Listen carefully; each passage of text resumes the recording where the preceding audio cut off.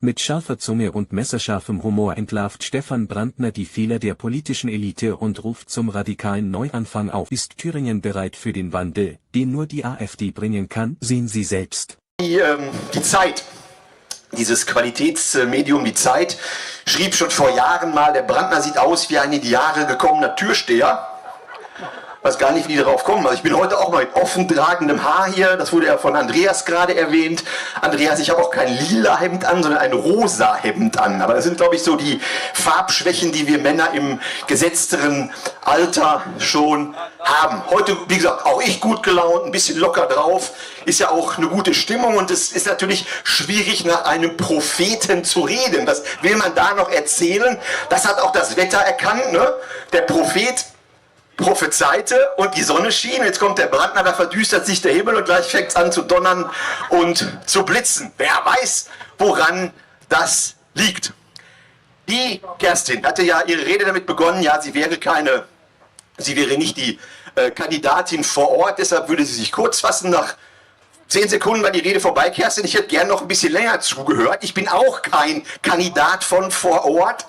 Nehme mir aber mal das Recht raus, länger als 10, 15 Sekunden hier auf der Bühne zu verbringen und euch mal so ein bisschen meine Sicht der Dinge näher zu bringen. Hochkultur.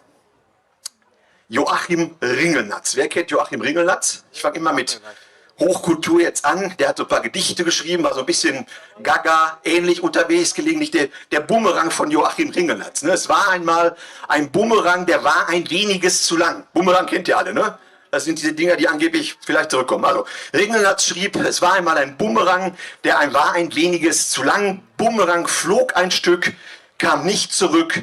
Das Publikum noch stundenlang wartete auf Bumerang.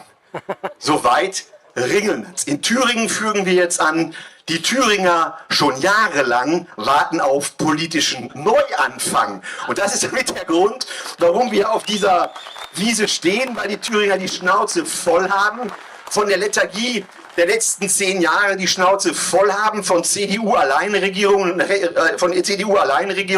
und auch die Schnauze voll haben von CDU-Regierungen, die dann von der FDP oder von der SPD unterstützt werden. Diese Koalitionen haben zumindest in den letzten 10, 15, 20 Jahren Thüringen alles andere als gut getan. Sie haben Thüringen geschadet, sie haben Thüringen in den Abgrund gerissen, genauso wie die wechselnden Koalitionen auf Bundesebene unser Land ruiniert und in den Abgrund gerissen haben. Deshalb stehen wir hier und wollen am 1. September, ich betone das immer ganz gerne, am 1. September, morgen in 14 Tagen, wollen wir, ich jedenfalls nicht, ich will nicht die Machtfrage stellen. In 14 Tagen, ich will in 14 Tagen die Machtantwort geben. Und die Machtantwort in 14 Tagen kann nur lauten, die AfD regiert in Thüringen, bremst den Niedergang von Thüringen und bringt Thüringen auf den rechten Weg zurück. Das ist das, wofür wir in den letzten 14 Tagen dieses Wahlkampfes noch Vollgas geben wollen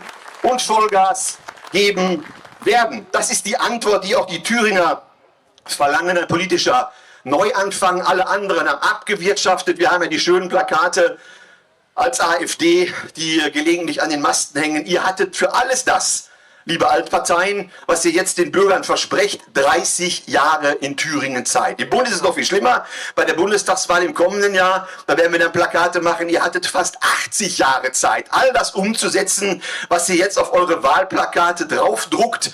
Und wenn man sich dann da die SPD anschaut, die hier in Thüringen ja Gott sei Dank mit der Lupe gesucht werden muss, im Gegensatz zur FDP, da braucht es schon ein Mikroskop, um diese FDP zu erkennen.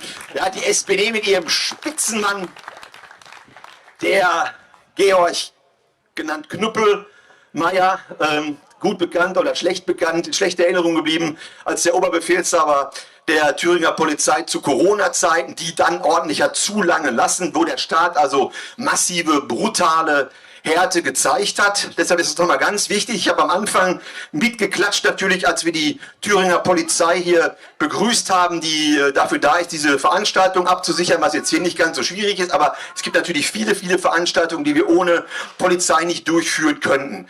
1, 2, 3, danke Polizei. Das war eigentlich bis 2020 das, was wir als AfD gelebt, gerufen haben, auch bei den Veranstaltungen.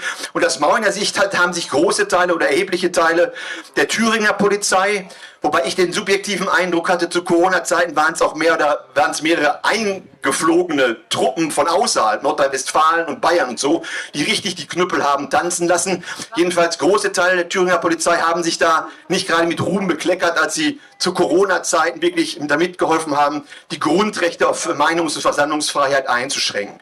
Aber auch da gilt bei der Polizei Befehl und Gehorsam. Und ich muss ganz ehrlich sagen, vergeben und vergessen ist auch eine gute Tugend. Und seit dieser Corona-Hysterie, seit dieser Corona-Ausnahmezustand vorbei ist, bin auch ich wieder gut Freund mit der Polizei, solange sie mich nicht blitzen.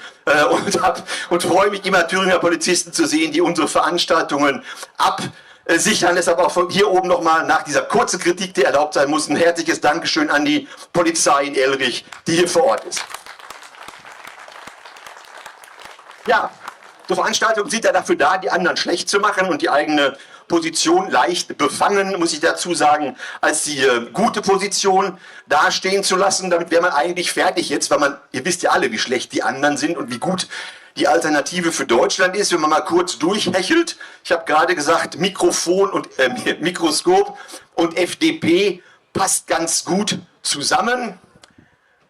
Zurückgetreten. Kemmerich ist zurückgetreten, wissen wir alle, ne? Zurückgetreten wusste ich, dass er das ist. Und jetzt kommt er raus, warum er zurückgetreten ist. Er ist zurückgetreten, um Anlauf zu nehmen. Lesen wir ja auf diesen Großplakaten. Aha, steht zwar nicht drauf, Anlauf jetzt wofür, aber für irgendwas hat er also vor 3,5 Jahren ist er zurückgetreten, um für irgendwas Anlauf zu nehmen. Nimmt also schon seit 3 Jahren Anlauf. Merkt man zwar nichts, kam nicht so richtig vom Fleck bisher. Aber er versucht sich so ein bisschen als Opfer darzustellen. Wir haben jetzt 2 Aspekte dieser Kemmerich-Wahl, dieses Thüringen-Putsches, der dann letztendlich von Angela Merkel angezettelt wurde aus Südafrika. Die Einzelheiten kennt ihr alle. Auf der einen Seite das Verhalten der Bundeskanzlerin, der unsere Verfassung, der unser Staatsausbau, der unsere die Art und Weise, wie Bund und Länder miteinander umgehen, scheißegal war, die sich in Länderinteressen, in originäre Länderzuständigkeiten eingemischt und die Wahl quasi rückgängig gemacht hat. Das war Merkel. Auf der anderen Seite hätte Merkel es nie geschafft, wäre Kemmerich nicht umgeknickt wie ein Weizenhalm, ein alleinstehender Weizenhalm im Winde. Kemmerich war im Amt. Das muss man immer dazu sagen. Er war gewählter Ministerpräsident des Freistaates Thüringen. Und man hätte ihn nur dadurch wegbekommen, dass jemand anders mit einer anderen Mehrheit in das Amt gewählt worden wäre. Und dafür war nicht ansatzweise ersichtlich, wer. Das heißt, wenn Kemmerich wirklich den Arsch in der Hose gehabt hätte, wie er immer so tut, wenn er der Mann wäre, der diese toxische Männlichkeit, die er versucht auszustrahlen, wenn er die wirklich leben würde, dann wäre er einfach im Amt geblieben, hätte Minister ernannt und hätte angefangen zu regieren und wäre nicht nach 2 Tagen heulend aus der Staatskanzlei geflüchtet und hätte alles hinter sich zurückgelassen. Ich glaube, das spricht für sich. Und das wissen die Thüringer auch, dass mit so einem Mann natürlich kein Staat zu machen ist. Er hatte seine Chance. Er wusste auch, was passiert, wenn er Ministerpräsident wird von der FDP, dass natürlich ihm nicht alle sofort um den Hals fallen, aber das sind die Altparteien, ne? Die machen immer Wohlfühlpolitik und sobald ein laues Lüftchen sich regt, Friedrich Merz ist da das gleiche Kaliber, kippen die um und behaupten das Gegenteil. Guckt euch Kubicki an, guckt euch Lindner an, guckt euch die ganze Bagage an. Die haben kein Standvermögen. Wir als Alternative für Deutschland haben dieses Standvermögen und zwar von Anfang an. Begründet Anfang 2013, die ersten wichtigen Wahlen dann für uns in Thüringen 2014, die Landtagswahl, es kamen Bundestagswahlen, es kamen EU-Wahlen, es kamen Kommunalwahlen dazu und wir haben immer unseren Mann und auch die Frauen haben im positiven Sinne ihren Mann sozusagen, manche Frauen stehen auch ihre Frau, gestanden und zwar nicht wie dieser Weizenhalm, der umknickt, sondern wie eine marmorne Säule im Wind. Wir wissen, was Gegenwind bedeutet. Wir gehen raus bei schlechtem Wetter, wir gehen raus bei Hitze, wir gehen raus, wenn Gegendemonstranten da sind. Wir gehen auch dann raus und bleiben draußen, wenn der Regen einsetzt. Steht euren Mann und steht eure Frau, also wir wissen, was das heißt, mit schlechtem Wetter umzugehen und auch mit Gegenwind umzugehen. Am Ende bleibt die Frage, werden die Thüringer Bürger den Mut aufbringen, das Alte hinter sich zu lassen und den Weg in eine neue, ungewisse Zukunft einzuschlagen? Die Entscheidung liegt bei jedem Einzelnen von uns, und sie wird die Richtung bestimmen, in die unser Land in den kommenden Jahren gehen wird. Vielen Dank fürs Zuschauen. Wenn dir das Video gefallen hat, gib uns einen Daumen nach oben und abonniere den Kanal, um nichts mehr zu verpassen. Und ganz wichtig, schreib uns deine Meinung in die Kommentare. Wir sind gespannt, was du denkst.